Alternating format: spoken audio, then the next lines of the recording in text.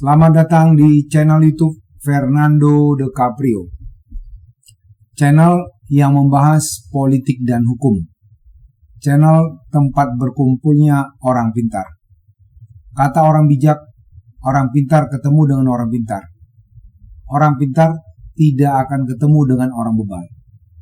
Pada hari ini kami membahas terkait dengan peristiwa pembunuhan yang dilakukan seorang lelaki dan yang menjadi korban adalah 3 orang anak di bawah umur, anak bocah.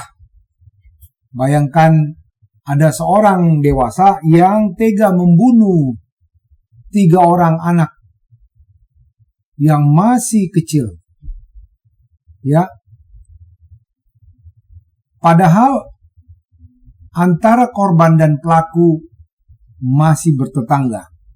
Korban itu 3 orang, berinisial N umur 7 tahun, O 4 tahun, dan D 1 tahun. Mereka dibunuh oleh tetangganya yang bernama Rudy Sialoho pada tanggal 9 Desember 2024. Rudy, seorang laki yang sudah berumah tangga, yang berumur 41 tahun. Peristiwa pembunuhan tersebut terjadi di Gang Dahlia 7, Kecamatan Percut Setuan, Kabupaten Deli Serdang. Korban ditikam saat kedua orang tuanya pergi dan lingkungan rumah sepi. Menurut keterangan tetangga korban, bahwa antara rumah korban dan rumah sang pelaku itu berhadap-hadapan. Jadi pada saat terjadi peristiwa pembunuhan tersebut, pelaku melihat ketiga korban sedang bermain di teras. Padahal biasanya korban ini, ketiga anak ini kalau ditinggalkan kedua orang tuanya, mereka dikunci di dalam rumah. Ya, supaya mungkin terhindar dari permasalahan. Nah, pada hari itu korban bermain di teras rumah, sementara pelaku melihat ada kesempatan untuk melampiaskan mungkin amarah atau emosinya. Menurut keterangan, pelaku selama ini memendam amarah kepada 3 korban karena sering diejek. Akhirnya pelaku mengambil pisau dari rumahnya. Lalu pelaku mendatangi rumah korban dan melakukan penikaman kepada ketiga korban. Ini sangat luar biasa ya. Melakukan penganiayaan, pembunuhan kepada 3 orang anak yang masih di bawah umur. Pelaku membunuh ketiga korban tersebut dengan pisau. Para korban itu umur 7 tahun, mana bisa melakukan perlawanan. Sedangkan korban hanya misalnya memukul dengan tangan kosong, saya yakin ketiga anak kecil ini akan tersungkur. Apalagi pelaku sampai memakai pisau. Ini berarti sudah luar biasa nih pelaku ini biadabnya. Sangat biadab menurut saya. Umur 41 tahun, membunuh 3 orang anak kecil dengan pisau. Ini sangat biadab. Dari peristiwa penikaman tersebut, 2 dari 3 bocah yang ditikam oleh Rudy Sialoho harus kehilangan nyawa. Bayangkan, ketiga korban itu adalah kakak beradik. Saya ulangi, korban pertama N berinisial L, N umur 7 tahun, O 4 tahun, dan D 1,5 tahun. O dan D harus kehilangan nyawanya. Menurut berita yang kami dapatkan, sebenarnya pada saat itu korban diberitahu, maksudnya orang tua korban diberitahu, tapi ini masih simpang siur beritanya. Dikatakan bahwasanya orang tuanya sempat meminta tolong kepada salah satu rumah sakit untuk membawa para korban dengan ambulans, tapi katanya harus membayar ini dan itu, sehingga akhirnya orang tua korban yang membawa ketiga anaknya memakai mobil. Bayangkan kalau sampai terjadi benar seperti itu, ini luar biasa juga nih ya, rumah sakit membiarkan korban anak kecil harus dibawa orang tuanya sendiri, ya, akhirnya merenggang nyawa, kehilangan 2 anak. Bagaimana terpukulnya kedua orang tua korban. Pekerjaan dari bapak korban, anak-anak tersebut, mereka supir taksi online. Sementara ibunya menurut keterangan bekerja sebagai perawat di salah satu rumah sakit. Para korban pada saat kejadian sempat dibawa ke Rumah Sakit Mitra Medika Tembung. Ya. Tapi menurut keterangan Rumah Sakit Mitra Medika Tembung mengatakan mereka tidak sanggup, sehingga ketiga korban dirujuk ke Rumah Sakit Murni Teguh. Menurut keterangan di lapangan yang didapat info dari media, paman korban yang bernama Yoko mengatakan bahwa saat kejadian orang tua korban lagi bekerja, ya, menarik taksi online. Dalam peristiwa tersebut, menurut keterangan polisi, Kapolsek Medan Tembung, Kompol Johnson Sitompul, dikarenakan ketiga korban itu masih anak-anak, mungkin mereka tidak kuat dengan tikaman tersebut, ya, sehingga 2 korban tadi meninggal, yakni D dan O. Sementara kakaknya masih keadaan kritis. Bagaimana perasaan kedua orang tua korban? Pada saat peristiwa tersebut, pelaku sempat katanya mau kabur naik sepeda, tapi di tengah jalan pelaku mungkin sadar, akhirnya menyerahkan diri ke polisi. Alat yang digunakan pelaku, sebilah pisau tersebut, menurut keterangan polisi, dibuang oleh pelaku tidak jauh dari peristiwa tindak pidana.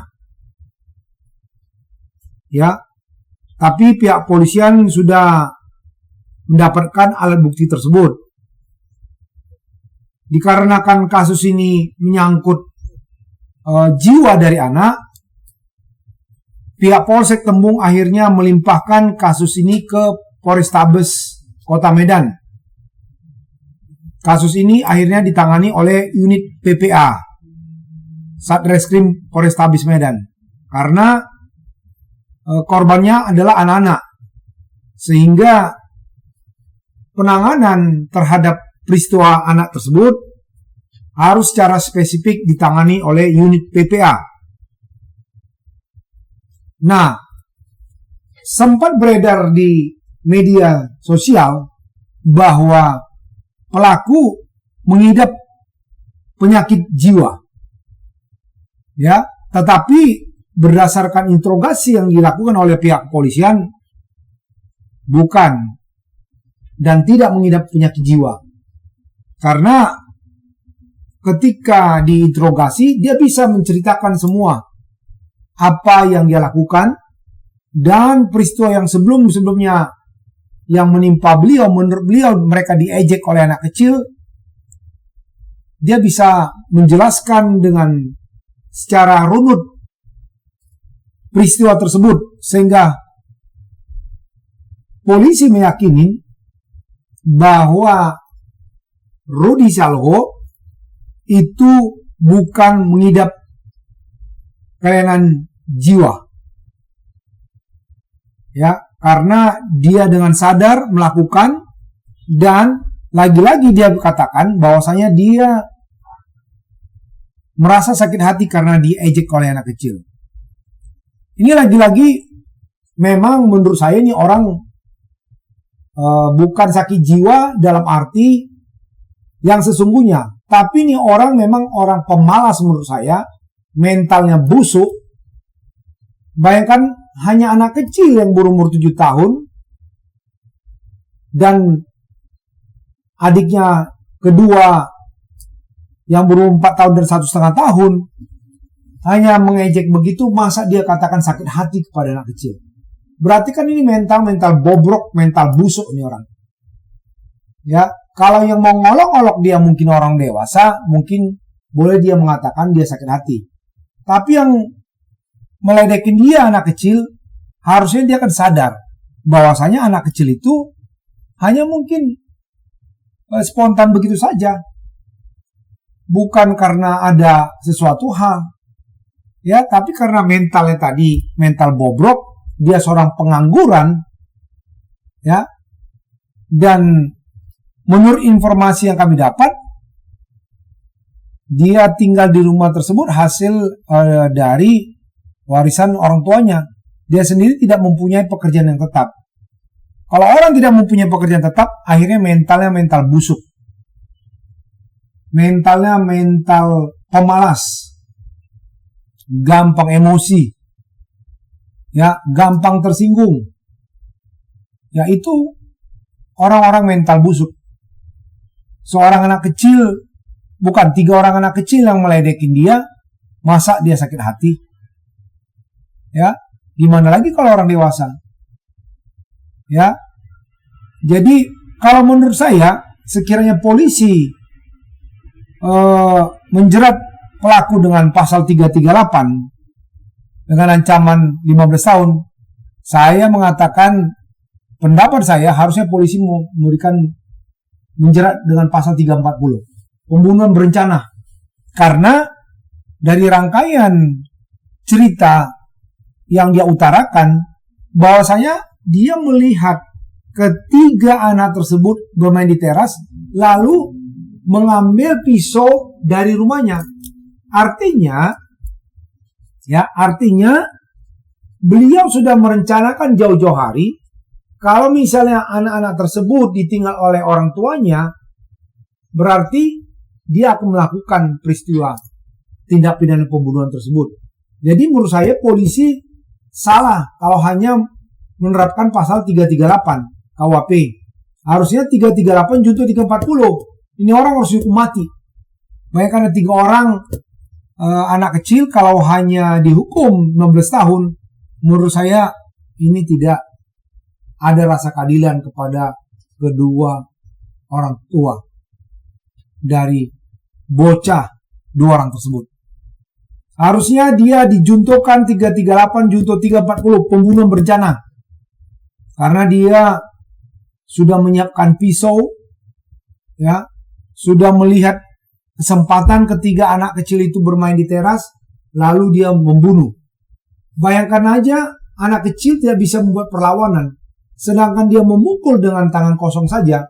Saya yakin ketiga anak ini akan bisa tersungkur. Apalagi kalau dia melakukan penganiayaan dengan pisau, berarti kan sudah direncanakan.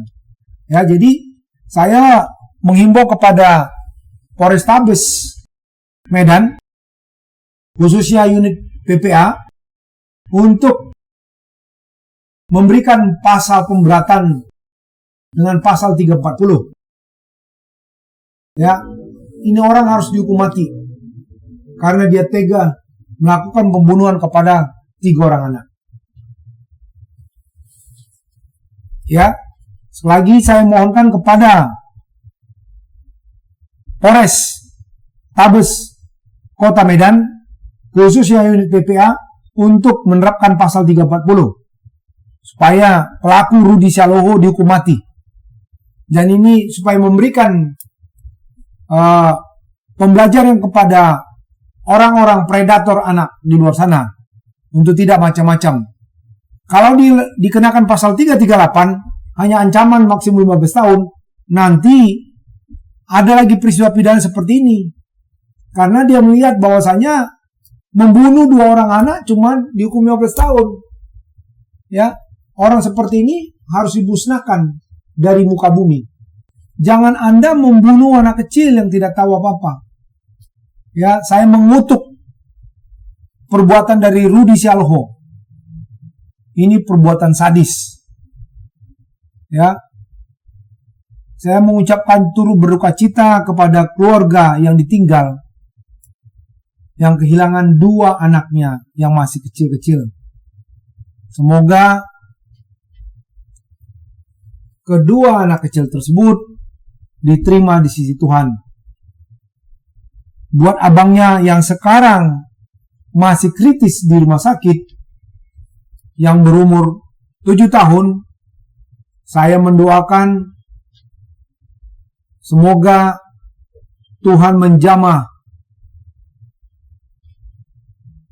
anak tersebut, adik itu, sehingga dia bisa pulih dan bisa kembali kepada orang tua bercengkrama. Semoga Tuhan memberkati adik tersebut sehingga dia bisa sembuh.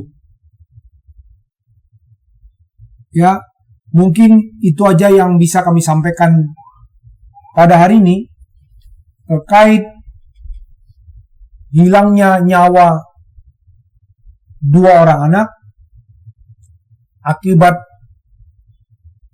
perlakuan dari tetangga. Bagi para penonton channel YouTube Fernando DiCaprio yang belum subscribe, tolong subscribe, share kepada teman-temannya, karena channel ini channel yang mendidik, bukan channel gosip-gosip. Di sini Anda bisa belajar bagaimana politik itu, bagaimana hukum tersebut. Ya, karena saya seorang lawyer dan saya juga seorang dosen di program Pasca Sarjana, salah satu universitas terkemuka di Indonesia. Jadi Anda tidak salah menonton channel YouTube ini, karena channel ini channel yang mendidik. Sehingga ketika Anda bermasalah dengan hukum, paling tidak Anda sudah pernah mendengar atau mempelajari dari video-video yang saya berikan. Itu aja yang bisa kami sampaikan pada hari ini. Tetap semangat, jaga persatuan dan kesatuan bagi seluruh rakyat Indonesia. Terima kasih. Selamat pagi.